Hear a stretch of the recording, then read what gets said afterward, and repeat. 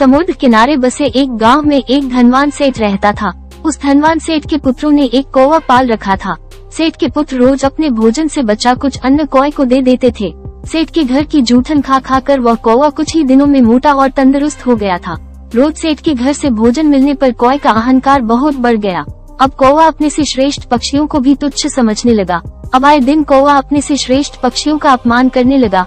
एक दिन समुद्र किनारे कुछ हंसों का जोड़ा उड़ाता हुआ आया और एक पेड़ पर जाकर बैठ गया। हंसों का जोड़ा बहुत खूबसूरत था। हंसों की खूबसूरती देख सेठ के पुत्र हंसों की तारीफ करने लगे। ये बात कौवे को नागवार गुजरी।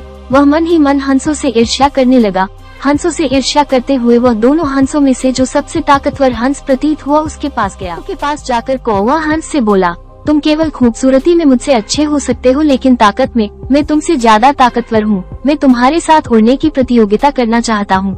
हंसों ने कौवे को समझाया कि वो उनके साथ प्रतियोगिता नहीं कर सकता, क्योंकि वो आसमान में बहुत दूर दूर तक उड़ते हैं। उनके साथ प्रतियोगिता करने से उसे कोई लाभ नहीं है। वो उनके साथ प्रतियोगिता करके अपनी जान जोखिम में न डाले। हंस की बात सुनकर कौवा गर्व से बोला, मैंने उड़ने की कई सारी कलाएं सीखी है। पनी सीखी प्रत्येक कला से मैं लगभग 100 योजन ताल उड़न भर सकता हूँ। तुम मेरी नहीं अपनी चिंता करो। क्या तुम मेरी बराबरी कर पाओगे? हंस कौवे की बात सुनकर मुस्कुराया और बोला, मित्र, हो सकता है कि तुम उड़ने की कई सारी कलाएं जानते होंगे, लेकिन मैं तो सिर्फ एक कला जानता हूँ जिससे सभी पक्षी उड़ते हैं। मैं उसी कला से उड़ान भरूंगा। हंस की बात सुनकर कौवे का अभिमान और बढ़ गया। वो बोला, हंस, तुमने जीवन में उड़ने की ज्यादा कलाएं नहीं सीखी है, इसलिए मैं तुम्हें आसानी से हरा दूंगा। अब तुम हार देखने के लिए तैयार हो जाओ। बातें सुनकर कई पक्षी इस प्रतियोगिता को देखने के लिए वहां जमा हो गए। सभी पक्षियों के सामने हंस और कौवा दोनों समुद्र की ओर उड़े। पक्षियों को देखकर कौवा कई तरह की कलाबाजियां दिखता हुआ आसमान में उड़ने लगा और देखते ही देखते हंस से आगे निकल गया। हंस अभी भी हमेशा की तरह अपनी सामान्य गति से ही उड़ रहा था। ये देखकर वहां उपस्थित कई सारे कौवे प्रसन्नता व्यक्त करने लगे। कुछ ही दूर में कौवे के पंख थकने लगे। वो विश्राम करने के लिए अपने आसपास पेड़ की डालियों को खोजने लगा, लेकिन विशाल समुद्र में वो काफी आगे निकल आया था।